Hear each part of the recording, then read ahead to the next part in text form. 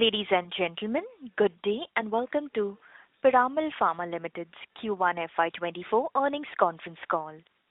As a reminder, all participant lines will be in the listen-only mode, and there will be an opportunity for you to ask questions after the presentation concludes. Should you need assistance during the conference call, please signal an operator by pressing star then zero on your touchtone phone. Please note that this conference is being recorded. I would now like to hand the conference over to Mr. Gagan Borana from Piramal Pharma Limited. Thank you, and over to you, sir. Thank you, Carol. Good morning, everyone. I welcome you all to our post-results earnings conference call to discuss our Q1 FY24 results. Our results material has been uploaded on stock exchanges, and you would like to download and refer to them during our discussion. On the call today, we have with us Ms. Nandini Piramal, Chairperson, Piramal Pharma Limited, Mr. Peter DeYoung, CEO, Global Pharma, and Mr. Vivek Valsaraj, CFO of our company. Before I proceed with the call, I would like to update everyone that currently we are in the middle of our rights issue for raising capital not exceeding 1,050 crores. Given this event, we would have to abide by the statutory guidelines as issued by the regulator in regards to our disclosure and external communications. Accordingly, we would not be able to share any forward-looking statements nor disclose any further details on the proposed fundraise other than what is shared in the LOF during the deal window period. Therefore, I would request everyone on this call to restrict our today's discussion to Q1 FY24 performance. Further, since last evening post declaring our quarterly results, we have received several investor queries. In alignment with the regulatory restrictions, we have drafted our responses to these queries and will share these responses first and later open up the floor for any other questions that you may have. With that, I would like to hand over to Ms. Nandini Piramal to share her thoughts. Good day, everyone, and thank you for joining us on our post-result Q1 FY24 earnings call. Starting with the update on the rights issue, we have filed the letter of offer with SEBI and have also finalized the issue details. The rights issue price has been fixed at rupees 81 with an entitlement ratio of 5 shares to every 46 held. The record date was 2nd August. And the quarter's performance. During the quarter, we registered a year-on-year revenue growth of 18%, delivering revenues of 1,749 crores. Our CDMO business was aided by continued order flow momentum and strong execution grew by 17% during the first quarter of the financial year. We're also seeing healthy demand for our recently expanded facilities offering differentiated capabilities. Further, we witnessed YOY improvement in demand in our generic API business. Our complex hospital generics grew by 22% YOY during the quarter, primarily driven by robust demand in sevoflurane and contributions from new product launches in the injectable segment. Our India consumer healthcare businesses registered a YOY growth of 13%, driven by power brands and new product launches.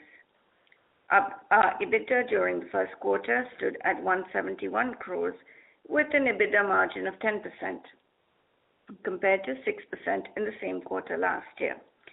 The healthy improvement in our EBITDA margin was on account of strong revenue growth along with cost optimization measures.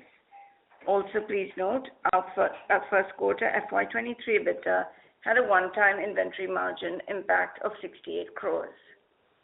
On the debt, our net debt at the end of Q1 FY24 is about 4,700 crores compared to 4,800 in the last quarter. We repaid some debt in the last quarter. Historically, our H2 has been better than H1, both in terms of revenue and profitability. We are working to leverage our good start to the financial year and continuing this momentum to deliver a healthy performance for the rest of the year. We continue to maintain a high-quality track record of zero OAIs as we successfully closed the US FDA inspection at the Pithampur facility with 0 observations. During the quarter, we also received an EIR for our Sellersville facility, thereby successfully closing the inspection. In the last 9 months, 5 of our facilities have undergone a US FDA inspection, and we have successfully closed all of them. Apart from the US FDA inspection, our facilities also underwent regulatory inspections from other global agencies, along with audits from our customers, which we cleared successfully. On the ESG front as well, we made material progress with the development of our decarbonization plan in accordance with the 1.5-degree trajectory as suggested by SBTi science-based targets. We are now committed to SBTi and the UN Global Compact. We also adopted a global human development policy, code of conduct and ethics to strengthen our governance. During FY23, we had 0 fatalities and also improved our gender diversity. We will soon be releasing our sustainability report, in which we will be sharing further details of our ESG initiatives undertaken in FY23. Moving to business-specific highlights, the CDMO. In our CDMO business, we witnessed good momentum in order inflows in Q1 FY24. These incremental orders are a healthy mix of development work involving differentiated capabilities and commercial manufacturing of on-patent molecules. We are seeing encouraging demand for expanded capabilities that went live towards the end of FY23. We are expanding our capacity expansion for antibody drug conjugates at the Grangemouth facility, which should open in the H2 of this year, and that will help strengthen our position in the ADC market. Our generic API business, which has a soft demand in FY23, is also seeing a pickup year-on-year in demand. We continue to work towards cost optimization, strategizing procurement, and implementing operational excellence initiatives to mitigate inflationary pressures and to improve our profitability. Moving to the complex hospital business. Our inhaled anesthesia portfolio continued delivering a healthy performance, mainly led by strong demand for sevoflurane. Our capacity expansion for inhalation anesthesia is on track. Our intrathecal portfolio in the U.S. continues to command a leading market share. Our brand, Gablofen, continues to be the #1 ranking baclofen pre-filled syringe and vial brand in the U.S. with a market share of 77%. Also in the injectable pain segment, our brand Fentanyl is the #1 ranking brand in its representative markets of Japan, South Africa, and Indonesia. While we focus to further strengthen our positioning in our existing portfolio, we're also building a pipeline of over 27 injectable products who are in different stages of development. We launched 1 new product during the quarter. We strengthened our CHG management team by appointing Jeffrey Hampton as President and Chief Operating Officer for the CHG business. Jeff has previously worked with Accord Healthcare Inc. and Apotex Inc. Moving to our India consumer healthcare business. Our business delivered a YOY growth of 13% in quarter 1, aided by growth in our power brands and new product launches. Our power brands grew 15% during the quarter and contributed 43% to total healthcare sales. We launched 11 new products and 3 new SKUs during the quarter. We continued to invest in marketing and promotion activities to build strong brands in the market. We have a good reach in general trade and are strengthening our presence in alternate channels of distribution, including e-commerce, modern trade, and having our own D2C platform, Wellify.in. To summarize, I'd like to say we had a positive start in the new financial year with healthy revenue growth and improvement in our EBITDA margins. Our CDMO business is witnessing continued order inflows, especially for differentiated offerings and innovation-related work. Our inhalation anesthesia portfolio is also seeing a healthy demand. Further, our India consumer healthcare business is delivering good growth driven by the power brands. We continue to maintain our best-in-class quality track record and are taking multiple initiatives in the area of ESG. We believe in the growth potential of all our businesses and are accordingly executing on our strategic priorities. Further, we're raising capital through the rights issue, for which the letter of offer has been filed. Our promoters have agreed to subscribe to the extent of 100% of the equity shares offered in the issue, reaffirming their confidence in the underlying strength of our business. With this, I'd like to hand over the call to Vivek, our CFO, who will respond to the queries we've received since the last evening. Post that, we'll open the floor for any additional questions that you might have. Thank you, Nandini.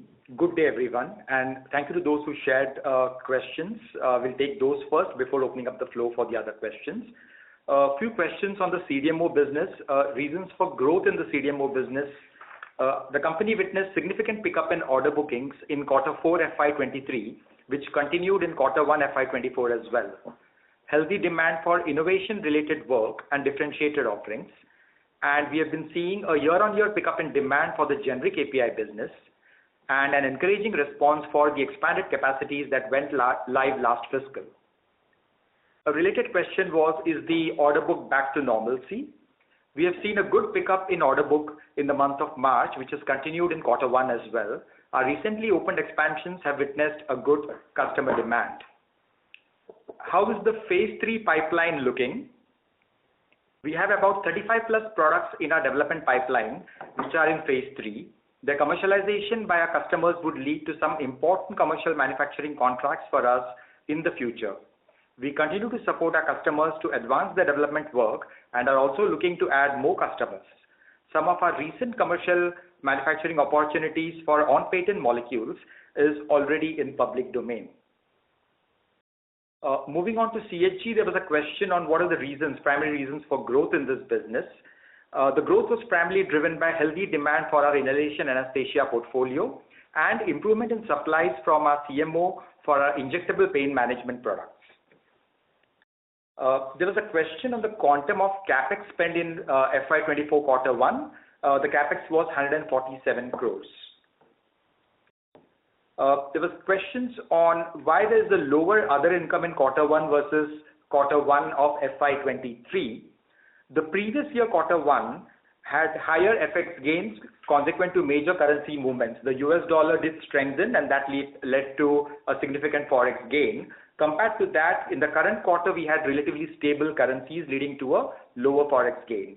Excluding this, the EBITDA on a comparable basis, the June quarter has grown by 55%.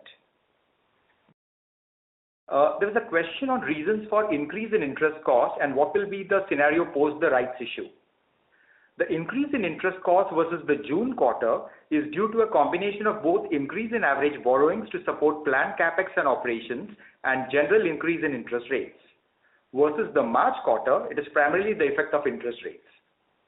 We will be using a large part of our proceeds for our 1,050 crore rights issue to reduce the existing levels of debt. This will reduce interest costs going forward. We also expect to complete our rights issue this month, which will help lower our interest costs thereafter.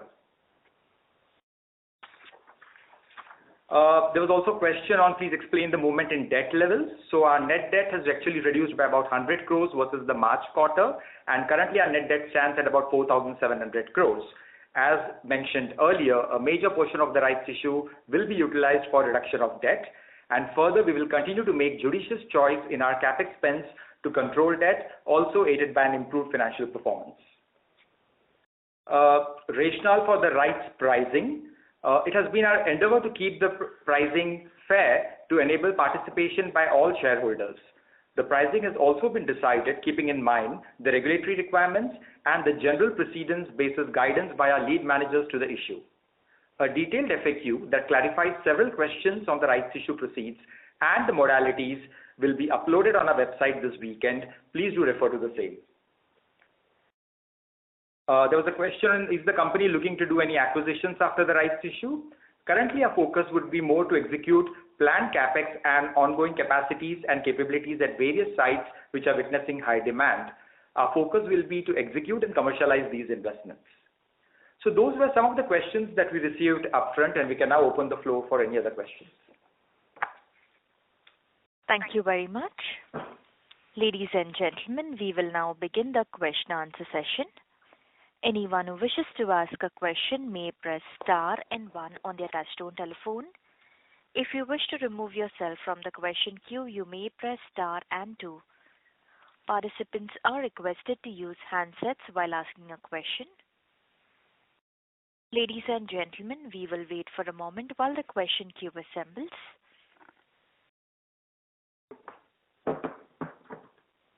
The first question is from the line of Ranveer Singh from Nuvama. Please go ahead.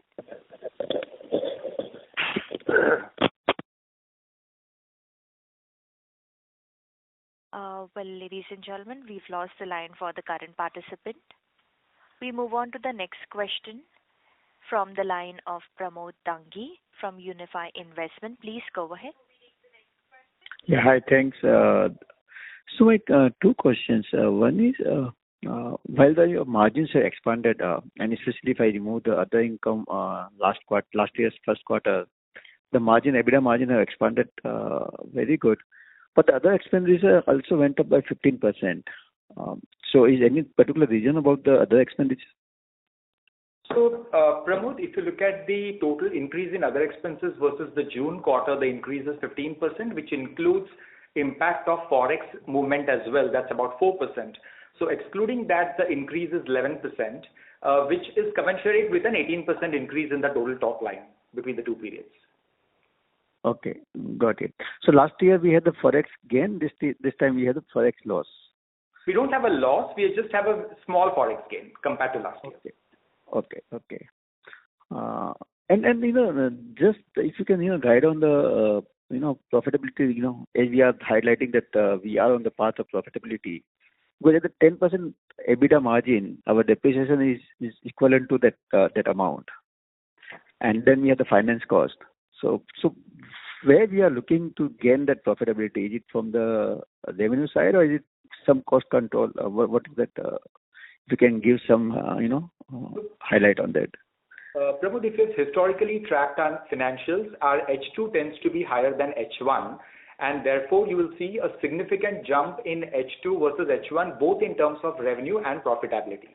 And the primary driver for improvement in margins is the scale at which the business operates thereafter in H2. So you will see higher revenues and therefore the benefit of better fixed cost leverage leading to improvement in margins. Okay, great. And what will be our capacity utilization as of today? If I look at the CDMO and the anesthesia business. Pramod, giving one capacity utilization figure across 17 different sites is complex and probably not practical. But what we have done is we have invested in capacities where we have very high demand. So our API facilities in overseas, whether it's a high potent API or whether it's the antibody drug conjugates, where we are currently investing, are the ones where we were short on capacity. Formulations in general, we tend to have reasonably good capacity. Okay, great. Thanks. That's all from my side. Thank you. The next question is from the line of Tushar Manudhane from Motilal Oswal Financial Services. Please go ahead. Thanks for the opportunity. CDMO, please, how much would be the API? Sorry to interrupt. Your audio is not audible. May I please request you to speak through the handset mode? Is this better? Yes, sir. You may please proceed. Yeah, just on the within CDMO segment, just would like to understand how much is the API sales or API contribution? Typically in a CDMO business, and I'm referring to a full year sale, our formulations and API is like 55-45%. 55% being API and 45% being formulations. And does that change meaningfully on a quarterly basis? Quarterly it would vary depending upon the lumpiness and SKUs, but not very materially. And given that on the capex side, largely more or less capacity expansion is done, and we need, like as you highlighted in the opening remarks, that the commercial benefit is to accrue. So the overall capex, how much it would be for FY24? So are you referring to an annual capex? See, currently we can't make a forward-looking statement on the total capex, Tushar. Please bear with us because we are in the deal window period. But as we have said that we are making a judicious capex spend, investing on those which we have kind of planned in those areas where demand is high. But generally speaking, depreciation, at least maintenance capex, which is equivalent to depreciation, can that be taken as a broad indication? No, maintenance capex is normally lower than depreciation. Okay. Yeah, thanks. That's it from my side. Thank you. The next question is from the line of Ranveer Singh from Nuvama. Please go ahead. Yeah, thanks for taking my question. So two, three things. We have been seeing that first half is normally lower. So that I wanted to understand the cycle, why first half is normally lower than the second half, especially in CDMO. And secondly, not forward looking, but earlier announced capex of that US dollar 157 million. So that capex has already been spent, or part of it remains. That two things, if you could clarify. Sure, Ranveer. So, firstly, if we look at, and your question is on why the skew is more towards H2, there are actually a variety of factors for that, which includes the overall cycle time from the receipt of the order till the time it is delivered. It also depends upon the customer's own preference of, starting the year, and for them the years typically start in January, where they have more orders placed out in January on new budget versus reducing the inventories that they carry when they are in the December quarter. So it's a mix of various things, but typically what happens is the longer cycle time that kind of by the time you get orders and by the time you execute and by the time you invoice, it gets pushed over towards the second quarter, the second half of the year. Your second question was on the 157 million of capex that we announced. So while a part of that has already been done and some of them have gone live, some part of that is still under execution right now. Okay, so that part would be spent in 24, or that will be stretched further? In 24, yes. Okay, so can you say a number that person has? So, FY23 capex. FY23. So in FY23, we had a capex of about 118 million versus the total 157. Okay, fair. Yeah, that is so. And secondly, on hemopharmaceuticals, whether this entity has or this is yet to. Ranveer, sorry, you'll have to please repeat your question. That hemopharmaceutical which we acquired last year. Yes. So whether that our revenue is currently a portion of revenue coming from hemopharmaceuticals? So hemopharmaceuticals is a smaller part of the total business, and the integration has been done, and thus, yes, the current revenues do include a part of hemopharmaceutical, but remember it was also there part of the previous year as well. So the numbers are comparable to the extent of this acquisition, and it is contributing. In fact, you may have also heard in the prior call that we did complete a major expansion to expand our capacities by about 40 to 50%, and that has also gone live currently. Okay, so currently at what capacity utilization it would be? Just I wanted to understand that what max potential we can expect from this entity. As we said, we've just expanded the capacity by about 40 to 50%. So that's the capacity available currently. Okay, fine. And in CDMO, the order book last quarter itself, we said that we see uptick in order book. But can you give some indication what size of order book, what kind of order book we have in hand to be executable this year or next year? So, Ranveer, currently we are in the deal window period and we can't make specific disclosures on numbers which are not part of the letter of offer. So please bear with us. Okay. No issue. Thanks a lot. And that's it from my side. Thank you. The next question is from the line of Vinod Jain from WF Advisors. Please go ahead. Good morning. My question relates to interest cost. While there is sales growth and even some margin expansion, this has been almost entirely negated by increase in interest cost. There is no slide to explain this phenomena, but apparently this must be resultant of high inventory and debtors level. Please convey what is the basis, what is being done to arrest this phenomena and reverse it. So Vinod, I think your question was on the increase in interest cost. Am I correct? Right. Yeah. So, as we explained earlier, the primary reason for increase in interest cost was an increase in our average borrowings, and if you're comparing versus the June quarter, the average borrowings did increase, and this was primarily to fund some of our capex requirements and some of the working capital requirements during the last fiscal year. There was also an increase in the average rate of interest. As you've been seeing, the Fed, the RBI did increase rates over a period of time, and the effect of that also came into the P&L, leading to an overall increase in interest cost. Having said that, as you're aware, the primary purpose of a rights issue is to pare down the debt. And once the rights issue process is completed at the end of this month, these proceeds will be utilized towards reducing the debt. So that will be one of the factors which will help reduce the overall interest cost. And we also clarified that our overall investments in capex and OPEX is being aligned with the overall fiscal performance, thereby helping to maintain a certain level of debt, which will help reduce the overall cost of interest. Yeah, the only thing is the interest costs have almost doubled. I mean, would the explanation given, would it justify the increase by almost doubling it, or is there also an element of increase in debtors and inventory? While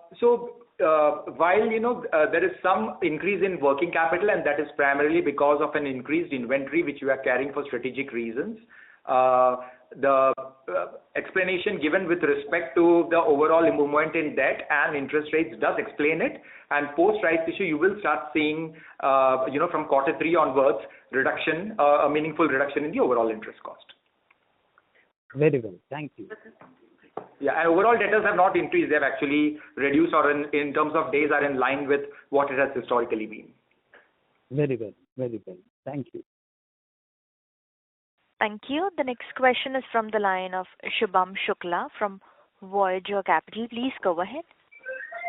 Hi, good morning, everyone. I just wanted, I had two questions. One around the inventory provision we had created in quarter 3. So any update on those $4 million inventory, from the biotech company, which we had created? So, Shubham, the provision was not with respect to inventory, but it was with respect to a receivable from a biotech company. And the process is ongoing to try and recover the money as of date. And do we still hold those inventory with us? Yes. Okay, thank you. And on second question, on mostly on the debt side, which is currently 4,700, as like you said, and from I can recall from our previous con calls, we wanted to bring it down to the level to 2x to a debt to EBITDA. And I understand that we are under the process of 1,050 crore rights issue. So any guidance or anything around this, when can we expect this 2x to debt to EBITDA levels? So Shubham, I don't recall us making a specific guidance of our debt levels being at 2 times the EBITDA. But having said that, once the rights issue proceeds is done, you will see that the overall debt to EBITDA ratio will meaningfully improve. And as our overall fiscal performance improves over a period of the next couple of quarters and thereafter, this ratio will also start showing an improvement. But I can't make a specific guidance. Please bear with us. As I said, we are in a deal window period right now. Okay. Just on the percentage increase in additional average borrowing this quarter you have done, compared to previous quarter and year on year. No, so our gross debt has actually reduced. It has actually reduced by about 195 crores during the quarter. No, you said, the interest cost has gone up, year on year basis, it's doubled. Right. And the reason is additional borrowings on your average borrowing needed for working capital and other stuff. So, Shubham, are you comparing versus the June quarter? Yeah, on quarter and year on year basis. Yeah, so it's gone up about 200 basis points versus the June quarter and about 90 basis points versus the March quarter. This is at the time when the interest rates had started peaking, but as you're aware, in many of the geographies, there has been some stability, but of course, we'll have to wait and see how this pans out. No, my question is towards the average, you said that you have taken newly average borrowing, this quarter. The reason for interest cost up is you have taken more additional average borrowings, and there's an increase in interest costs. Right. Interest rate. So I'm trying to understand the percentage increase in the average borrowing this quarter. So the average increase in our borrowings versus the June quarter is about 1,300 crores higher. Versus March quarter, there is no increase in borrowing. Okay. Thank you so much. That's it. Thank you. Thank you. The next question is from the line of Kunal Kundania from TSP Asset Managers. Please go ahead. Hi, good morning. This is Vivek Ramakrishnan. Just one clarification on the interest cost. Is there a component of foreign currency debt which is where the rates have gone up even more steeply that is hurting you? And if you could give us a breakup of foreign currency versus INR debt, that would be useful. That's it from our side. So, Vivek, about 60% of our debt actually resides outside of India, and that's foreign currency, but managed locally, paid locally. And yes, we have seen an increase. So the increase that I referred to also pertains to increase in the overall rates in the foreign currency debt as well. Okay, thank you very much and wish you good luck. Thank you, Vivek. Thank you. The next question is from the line of Harsha from Dimensional Securities. Please go ahead.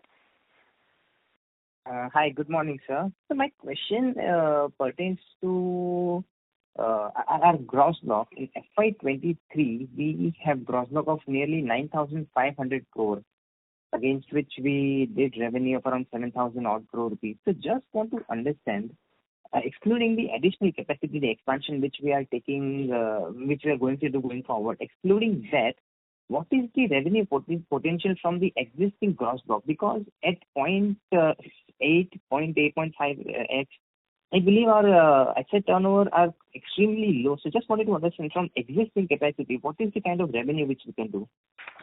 So just to clarify, firstly, Shubham, I think the overall gross block, as you're aware, comprises of both the tangible assets as well as intangible assets. The intangible assets includes two components. One is the component of the total brands that we acquired, and of course these get amortized over a predefined life, and it also includes a component of goodwill. If you were to break up our total gross block, half of it comes from tangible and half of it comes from intangible assets. So that's the total breakup. So you need to kind of look at those total fixed assets when you actually look at the intangible assets. Primarily are brands pertaining to the complex hospital generics and the consumer products business. On the overall, in terms of what the future revenue from these assets will be, again would become a forward-looking statement, so I would avoid going in that direction. But I think this should help probably respond to your question. Okay, and what is the policy regarding amortization of the intangible assets currently? So it depends upon the brand. Each of the brand is assessed for its useful life, and it could vary from maybe 10 years, 20 years, 5 years, depending upon what's the total estimated useful life of that particular brand. Okay. And one thing I'm worried about is, while as you mentioned that half of the assets on our book are intangible assets, but at the end of the day, it is the money which we have paid out of our bank, whether we have acquired a business or a brand. So with all these assets sitting on our balance sheet, and given that we are operating at 0.7, 0.8 turnover, what will be the journey towards higher ROE? Because these numbers at the end of the day will continue to pull your ROE downwards. Correct. So just wanted to get an idea on that. Correct. So let me just first explain this principally to you, and then thereafter, of course, clarify the question. So essentially, if you look at it and look at what we have done in the last couple of years, one, we acquired a lot of brands, and second, we did a lot of capex. Brands primarily in the products business and capex in the CDMO space. Post which there was this impact of COVID, because of which our overall business did take an impact, and we were not able to realize revenues to the full potential. As we move ahead, we will be sweating these assets and brands more, which will help improve the overall ratios. So the denominator as it stands today is on a higher side, which is not necessarily seeing the full potential of revenues that comes from these assets, which is why you'll have to kind of look at this over a period of time to see the overall improvement in the asset turnover ratio. Alright, so without delving into numbers, I would believe that on the existing base of revenue, we can still do higher revenues compared to what we have done up till now. Correct. Alright, thank you so much.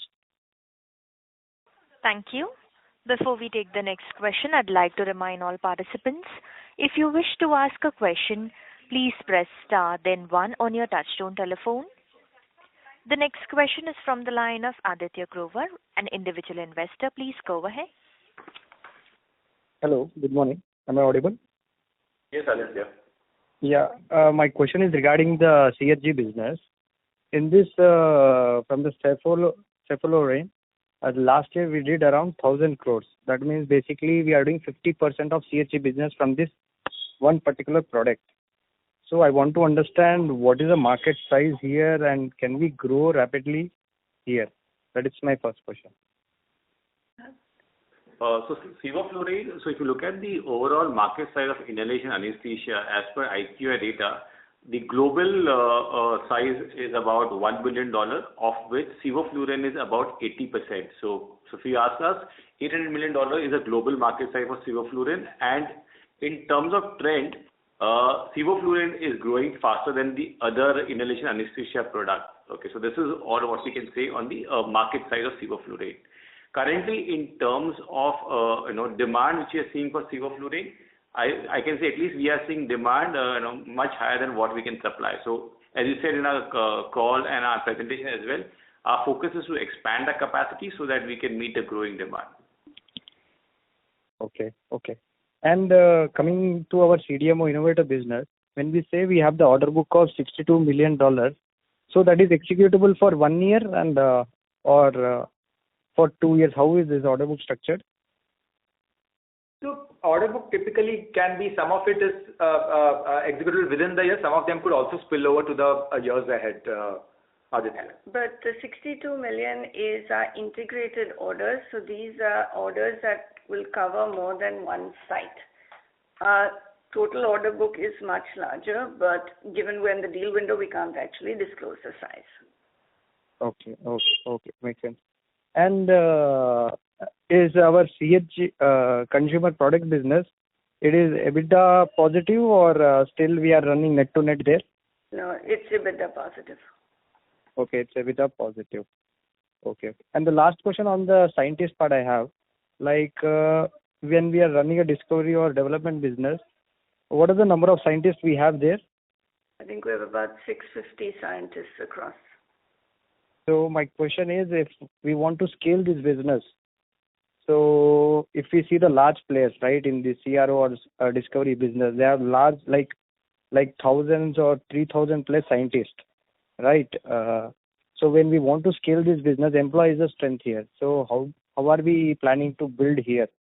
Because if we want to enter the value chain, like go more share of innovator business, then how are we looking this? Because with 600 scientists, I think it is a quite less number when we compare with bigger peers here. So I would answer this question in that the largest part of our growth in the innovator business will be in the clinical development and on-patent commercial segment, which would be slightly later than you would say in the CRO FTE model, which is in the discovery segment. And in that model, it's much more about being able to help our clients with the tech transfer, scale up, and eventual registration, validation, and commercialization of their molecules. So in that business, it's a little bit of a different business model than the CRO business model that you described, which we also participate in. But from a materiality standpoint, most of our revenue, profitability, and growth is coming from the on-patent development and commercial support, and less from the CRO discovery, which is FTE based as you described. We see more barriers to entry and more defendable elements in this business because switching costs we think are higher. Okay. And coming to the generic pharma, we do a CDMO generic pharma. What are things, because generally there is always a pricing pressure here, right? And you said in a commentary that you are seeing good traction and good pickup in the CDMO space, and you have larger chunk in the generic side.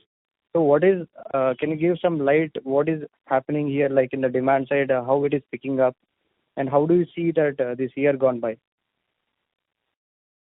So first, as an overall trend, I think we've shared in our investor materials that we've been doing a long-term pivot and increase in mix to innovator business, which I just described in the answer to your earlier question. So we do see and that becoming an increasing share of our business going forward. That being said, we do still see meaningful potential out of our API generics business. And over the last year, we did a lot of work to build additional customers into our portfolio, and knowing how that works, if you want to onboard a new customer with an existing API, they do have to take validation batches, they have to update their filings. And so the uptick we're seeing this year is largely due to the work done in the prior year in terms of onboarding new customers that's now materializing into some amount of incremental volumes. And we think that that is the primary driver behind the increase, is the efforts done on new customer acquisition from the existing portfolio in the past, let's say, 12 to 18 months. Sure. Thanks. Thank you so much, Peter. All the best. Thank you. The next question is from the line of Nirali Shah from Ashika Group. Please go ahead. Hi. So my one question is that in terms of CDMO business, can you please throw some light on the late phase molecules in the clinic and their potential timeline on commercialization? If I can recall, you had 34 molecules in phase 3 earlier, so can you give some update on that? I think we have 35 plus molecules now in phase 3. I think those will commercialize over the next 2 to 3 years. Okay. So, is there any commercialization that we see in this year? It's hard to make forward-looking comments. I think to whatever extent our clients have put information into the public domain, you can locate that through what they've communicated.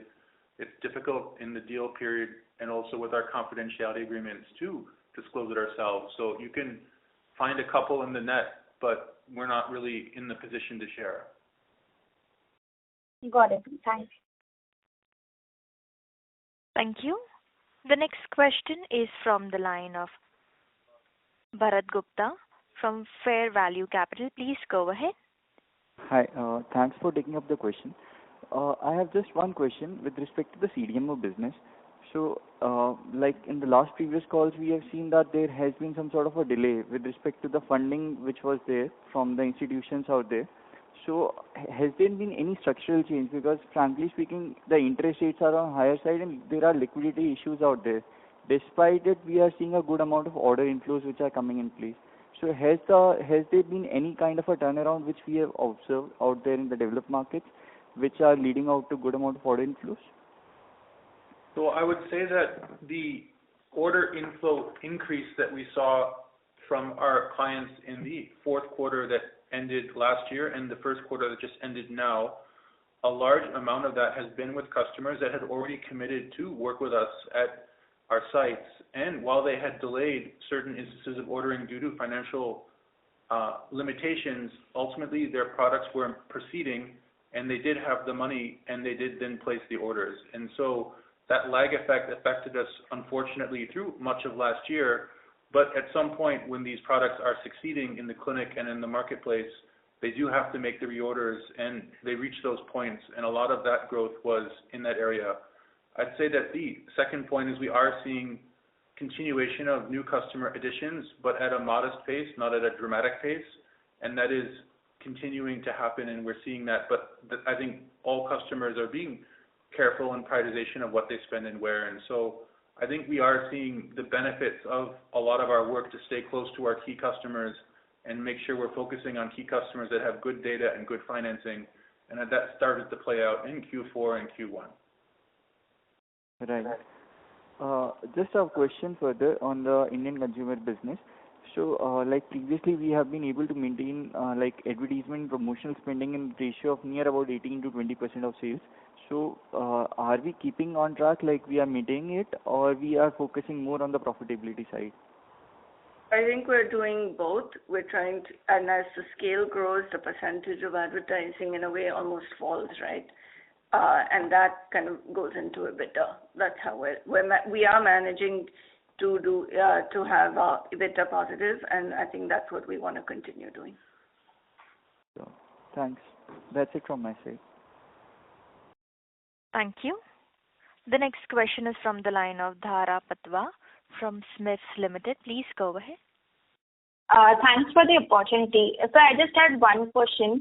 Like Pfizer's plant in US is hit by tornado, and there was a lot of restocking for the hospital's injectables.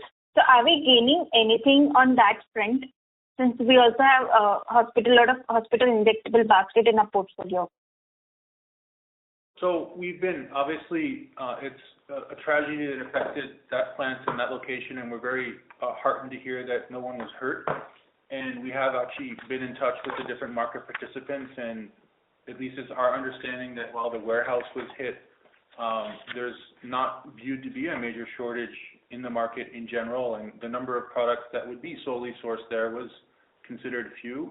We have a limited portfolio that would overlap with that, and to the extent that were to materialize, we are poised to take advantage. But based on whatever we can tell from the FDA shortage interactions or the marketplace, we're not seeing, for the products that we can provide, a dramatic change there. Okay, that's it from my side. Thank you. The next question is from the line of Harsh Bhatia from Bandhan Mutual Fund. Please go ahead. Yeah, thank you. Morning. Hope I'm audible. Yes, Harsh, go ahead. Yeah, thanks. Just 2 or 3 quick clarifications. In terms of the foreign debt aspect, you're saying 60 to 70% of that is outside of India but gets serviced within India. That's what I caught in the earlier comments. Is that the case that you are servicing the debt in INR? So basically the INR depreciation plus the rate hikes is sort of a double-edged sword for the company as a whole. I'm just trying to have clear thoughts over here. So Harsh, the debt is based outside India and is serviced from outside India. It is not serviced from India. It is serviced locally from the geographies where the debt was taken. Okay. Sure, that makes sense. As a broader thought process, if we were to think about the antibody drug conjugate market as a whole, so whatever our internal thinking is, thought processes, and whatever we are getting the feedback is that the number of players or the supply capacities are very limited in the Western markets as of now. I think so Piramal, Wuxi, Lonza, these are the very handful of players in the ADC market as of today. But the demand sort of continues to outgrow the supply. So what is the thought process in that market? How are we seeing the overall environment for the ADC market? We see I think our understanding also reflects this, as you said. That's why we're actually putting in a big expansion into our Grangemouth facility, which will open in second half.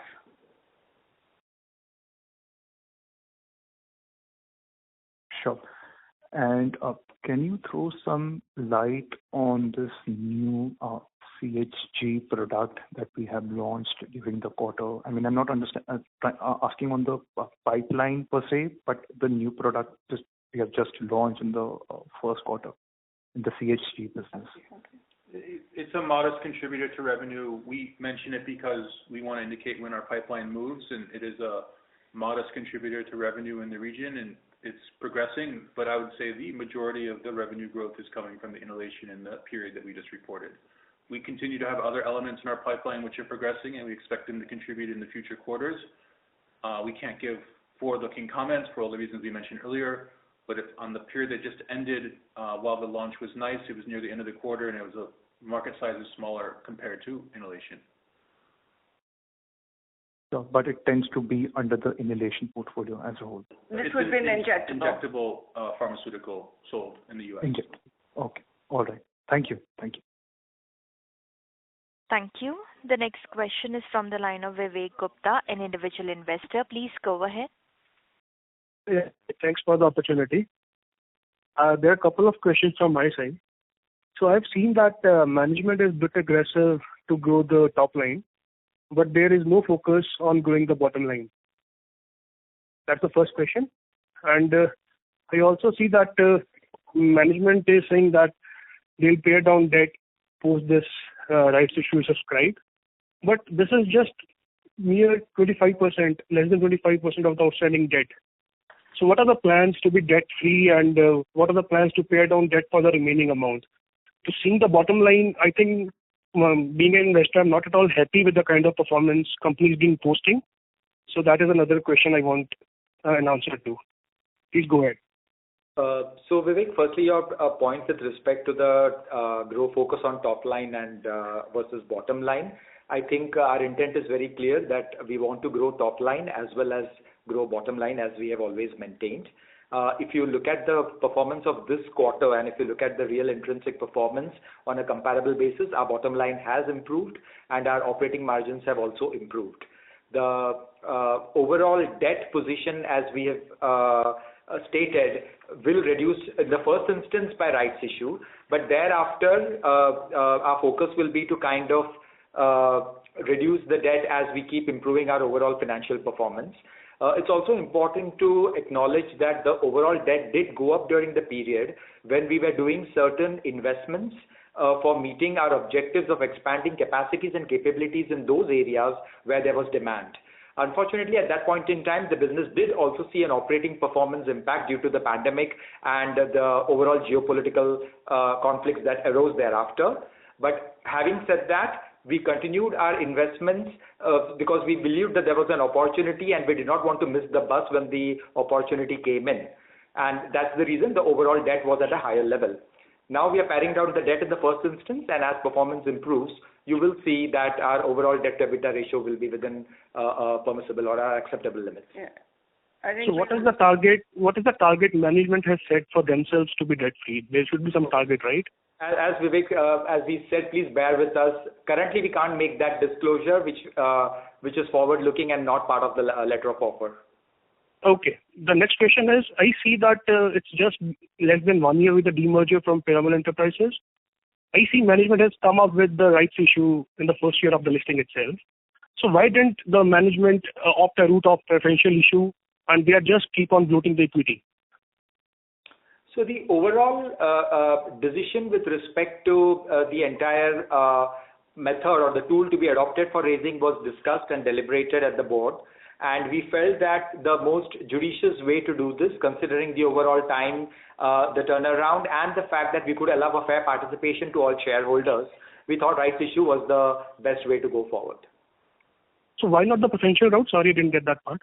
So from an overall timeline standpoint, it wouldn't have matched with what our overall requirements were. So this was the best suited in terms of timelines. Okay, politely disagree with that. Anyhow, the next question is, I see that there are a lot of other expenses which are being rising on quarter-to-quarter basis. So I see there are marketing costs which are being mentioned, and there's a big umbrella which you have quoted down in the balance sheet and the results stating that these are other expenses. So why can't, and being an investor, when I read the results, why can't I get a segregation of the extra expenses which you are saying? And why we are being so frugal in the marketing if we are not going the bottom line at all? Why can't we reduce our expenses there? No, so if you are referring to the overall promotion and marketing expenses, then as we have stated that we have been doing a significant spend in the media for our consumer products business. We've in fact been doing aggressive spend there so that we could boost top line, the results of which has been seen over the last couple of years. With respect to your details, request for breakup of information, if you're referring to the March 23 annual report, then all the details with respect to other expenses and breakup is available in the schedules there. But if you have any specific question, please feel free to reach out to Gagan and we'll be happy to respond to that. Actually, I've tried reaching out to Piramal a lot of times, but eventually there is no communication which has been done. So let me try it again. But being an investor, I think there is nothing which the management is doing as of now for the investors. The rights issue ratio as well as the pricing is something which is not in favor. And I would request management to seriously think about doing the bottom line instead of top line and be set some such aim that when they're planning to be debt free. Because I think for quarter to quarter basis, we'll be getting onto Concalls and we will be stating that H1 is bad and H2 is good. But eventually the same story will unfold for coming quarters as well. So that's it from my side. Thank you. Thank you. Thank you. We take the next question from the line of Anil Kumar, an individual investor. Please go ahead. Hi, ma'am. Can you hear me? Yes. Ma'am, I just wanted to say thank you, and we are seeing improvement quarter on quarter basis, and this will prevail going ahead. And most of my questions are answered, or maybe my questions are same as my just immediate previous investor. I think you have answered that in detail about the debt part and hopefully we will reach the comfortable levels in the debt level going forward. But apart from that, I just wanted to say all the best. Thank you. That's it from my side. Thank you very much. Thank you. Ladies and gentlemen, that was the last question for today. I would now like to hand the conference back to the management for their closing comments. Thank you, everyone. We hope that we were able to answer most of your questions. In case you have any follow-up questions or any clarification that you would need, please feel free to reach out to me and I would be happy to respond. Thank you once again and have a good day and weekend ahead. Thank you. On behalf of Piramal Pharma Limited, that concludes this conference. Thank you all for joining. You may now disconnect your lines.